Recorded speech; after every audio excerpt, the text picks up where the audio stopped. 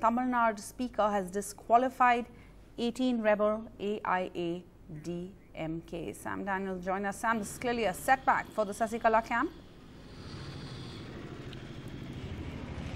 It's a huge setback for the Sasikala camp because their MLAs, although they've been in a sense arm twisting the party's leadership by demanding the replacement of Chief Minister E Palaniswami by giving a letter to the Tamil Nadu governor saying that they have withdrawn their support. Now the Tamil Nadu Speaker has considered this act under the anti-defection law, Sarah, and they have he has disqualified 18 of these 19 MLAs who had written individual letters to the governor, because one MLA, as we speak now, has moved on to the EPS camp, and the matter is in the court also. Last week the DMK's MK Stalin and the rebel leader TTV Dhinakaran had moved the court asking for a direction to prove the numbers for Chief Minister E Palaniswami on the floor of the House. The court said till the 23rd the Speaker should not organize or call for the floor test, and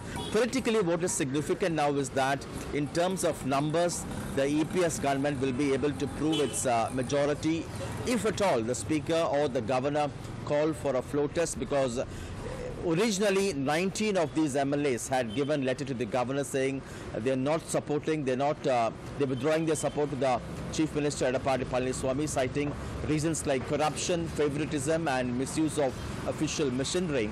And technically this would have reduced the EPS government to a minority if at all a floor test was held, because without these 19 MLAs the AIADMK would be still short of at least 2 MLAs to prove its majority.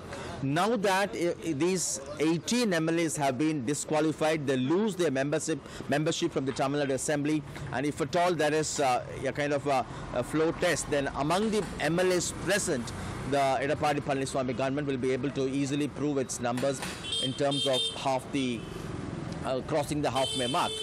But we'll have to wait and watch whether will that happen. And of late, these disqualifications also, Sarah, are subject to a court ruling. So we can expect the rebel camp led by Sasikala and her nephew, the party's sideline number 2 leader, TTV Dhinakaran, to move the court, and all would depend on how the court would view this.